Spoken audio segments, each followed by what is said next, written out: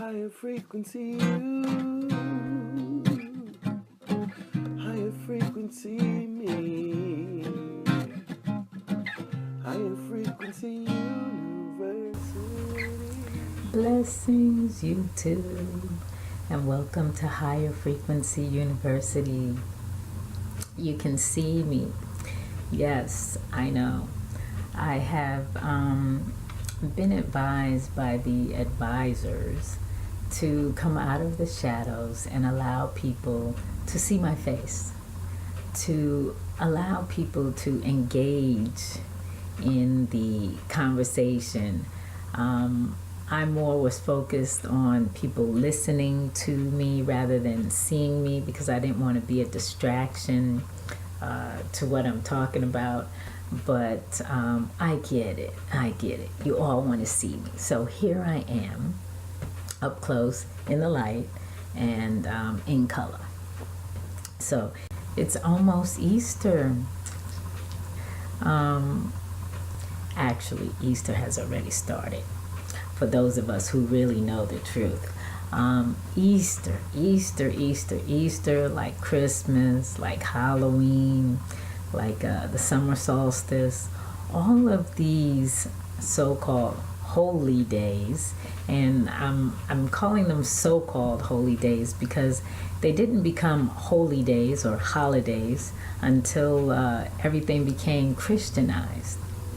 But before Christianity, before the whole Catholicism, and before that whole era, people were celebrating Easter. Can you believe it? Yes, before Christ. And when I say before Christ, I don't mean like a year or two before Christ, or 100 years or two, or not even 1,000 years. I'm talking about thousands of years before the current Christ story that people follow. There was the celebration of Easter. And it was spelled Ishtar.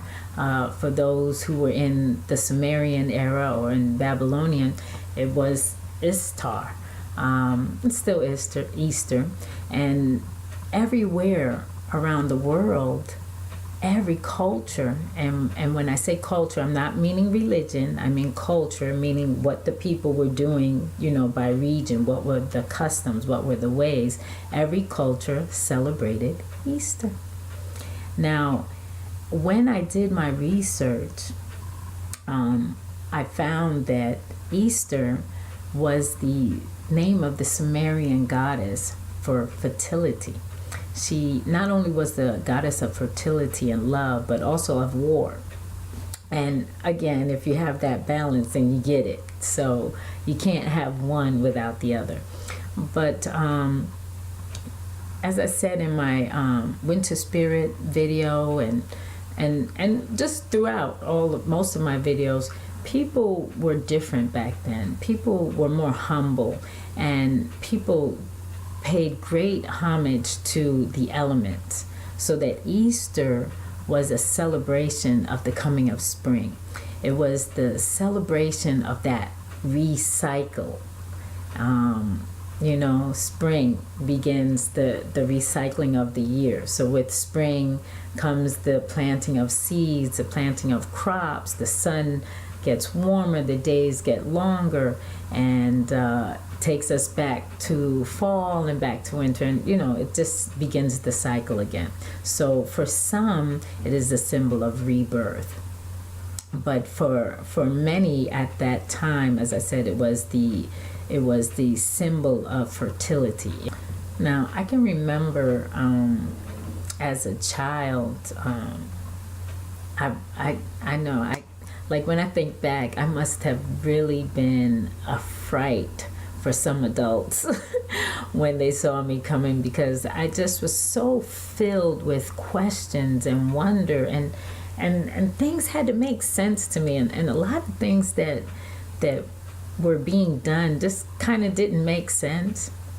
And so on the one hand, I had my grandma McKinney, who was a devout Christian, and I love her. She taught me the most, I would say, about what it is to be a spiritual person in a religious world.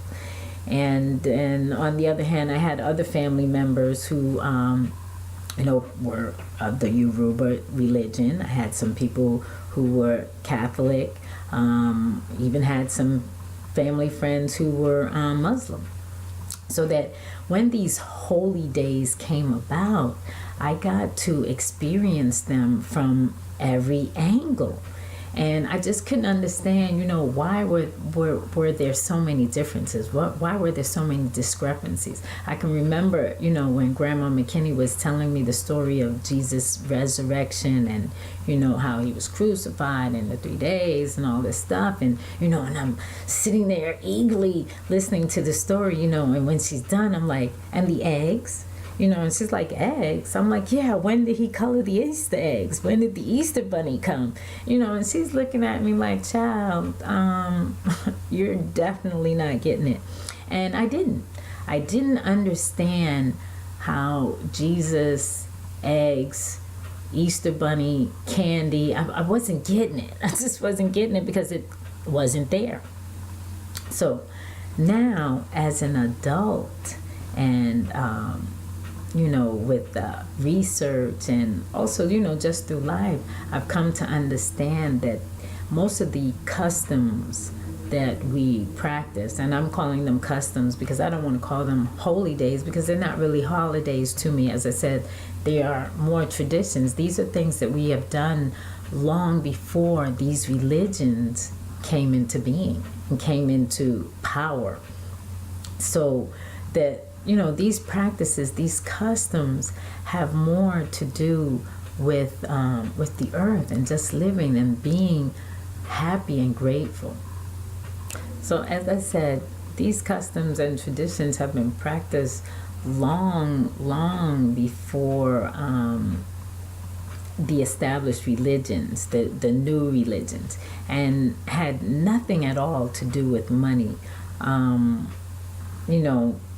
Easter, when you think about it, Easter, Mother's Day, well, most of the holy days are all about money. Bottom line, these are money-making days. And the reason why I say that is back when they made it a holy day, in order to convert, or should I say to convince the masses, then referred to as the pagans, in order to convince the masses to convert, they allowed the people to keep their customs. And it was customary to celebrate spring, except that it wasn't done on this day. It was originally and initially done at the spring equinox when the days started to get longer. And it only became a moon thing, and the reason why I say a moon thing is because now Easter can switch. And that was the other thing as a child. I didn't understand how one year Easter was in April, then the next year was in March, and Easter didn't have a set date like the others, and I wasn't getting it. And the real reason, as I said, is because when it became a holy day, they had to coincide it with certain political things that were going on at the time. So, back then, to give a confession, you had to pay. A lot of people don't know that. All of the dealings with the church were based on ability to pay. If you didn't have money, the church was not going to bless you, wasn't going to even see you. So, but anyway, I don't want to talk about that. That's not what I wanted to talk about. I wanted to talk about Easter and what it was really about, who Ishtar was. There are so many different stories. There are so many stories that you almost can make up your own story and you'll still be right at this point, because as I said, every single culture, every single region of the globe celebrated this coming of spring, celebrated the goddess Ishtar. And one story that comes to mind, because one story that comes to mind and brings up the issue of the eggs, because I'm telling you, as a child, I really wasn't getting it. I'm sorry. I don't know if it was that I just wasn't that gullible, but the stuff doesn't make sense. I really wanted to know when Jesus did the Easter eggs. So from what I understand, one story is about how Ishtar came to earth. And the ancient stories are all, combinations, because you got to remember, people traveled around, much like now. People traveled around, and if you lived in the East, you did certain things one way, and if you lived in the West, you did certain things another way. But when you came together in the North, those ways became combined. So the stories, the legends, everything are all kind of like a mixture. But one thing is for sure, and that is that Easter was considered to be the goddess of fertility.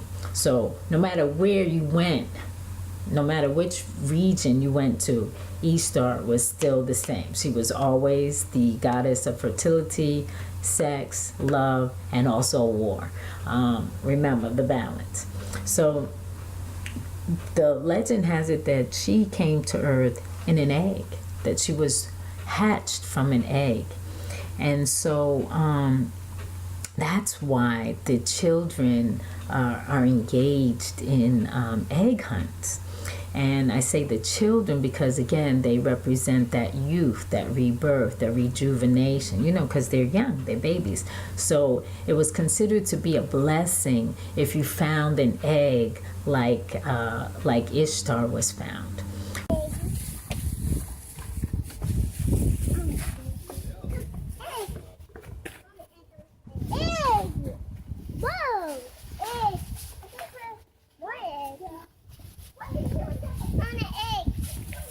As far as the resurrection aspect of it, later there's another account in which Easter and the god Tammuz, they come together, and I can't remember the exact details right now. You can go and look it up.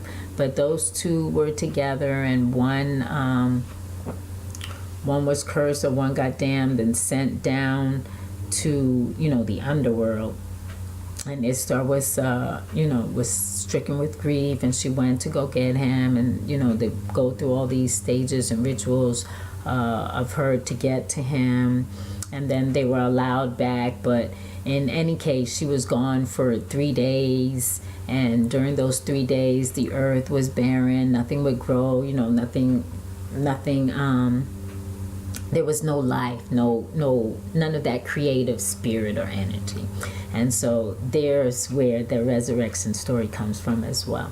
But another thing about the resurrection story, and I can go into this in more detail in another, I won't say segment, we probably need a series to go into this, but this idea of resurrection has been used over and over and recycled by every culture, by every civilization. It's a story that we as people use. This idea of death and rebirth. Just like with the seasons, just like with the moon, just like with the sun, this cycling of life is not a new idea, and neither is it a new story. If you go and research, like I said, it's been used over and over. Horus, Osiris, Jesus, Tammuz, just to name a few. I don't want to start naming them because, like I said, there are so many different accounts, and from each civilization. So what is Easter basically? For me and for many, it is that celebration of spring. It is the acknowledgement that the heavens, the universe, is still in charge, and that without it, our lives would cease to exist. So again, my little videos are simply trailers at this point. If you need to get more information, do the research. I don't like to tell you exactly what to research, because then I feel like I'm leading you to the answers that I come up with. And I want you to to be led to your own answers. And the only way that you'll be led to your own answers is if you ask your own questions about it and do your own research. And it's important that you do, because things need to make sense. We can't just keep doing things and not understanding why we're doing them. So again, happy Easter, everybody. Do the egg hunt with the children. It's fun, it's exciting, it's symbolic. Let them understand that spring is magical. Let them understand that things spring up in spring and it is a time of rebirth. So hope that wasn't too heavy. Homework. What would be for homework? Do an Easter egg hunt for some kids. If you have any children around you and you don't have a big yard, that's fine. You can do it in the house. As a matter of fact, I think we did Easter egg hunt in the house when it was raining or something like that on Easter. Let the kids have fun. Put some fun back into life. That was the one thing, if I had to say anything that I remembered about Easter, that it was a lot of fun. We got to dress up. You get new clothes, Easter clothes and a hat. Because I went to church, so I would get a new hat, new shoes, new purse. It was just a lot of fun. The boys get to dress up and be sharp and dapper. I'll probably share a flick real fast of myself and my aunt when we were little, dressed up in our Easter best.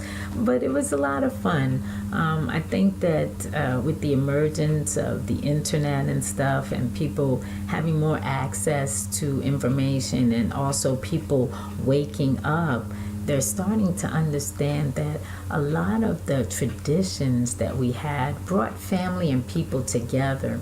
And I feel that when these traditions and customs started becoming religious and became holidays, then people started splitting up more. It just didn't seem the same, because now, there were the pagans and the Christians, and, you didn't want to be caught in either one, because this one was saying that one was bad, and this one was saying that one was bad. And, where were you going to be? I was always in the middle. On the side of rationality, even though I was young.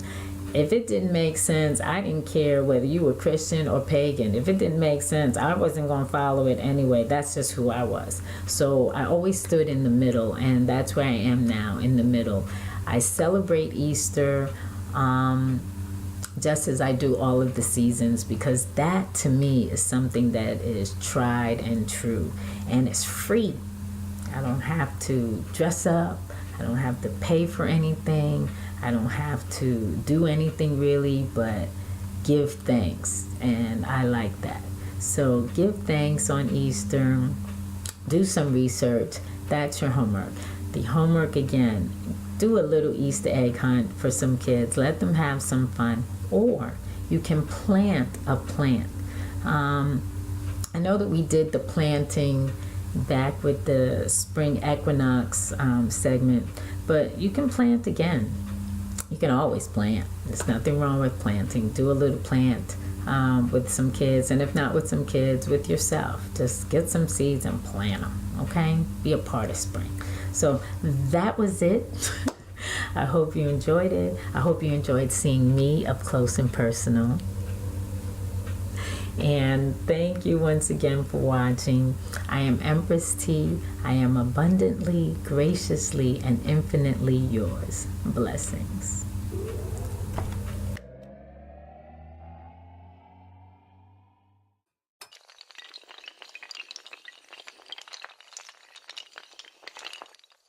Higher frequency,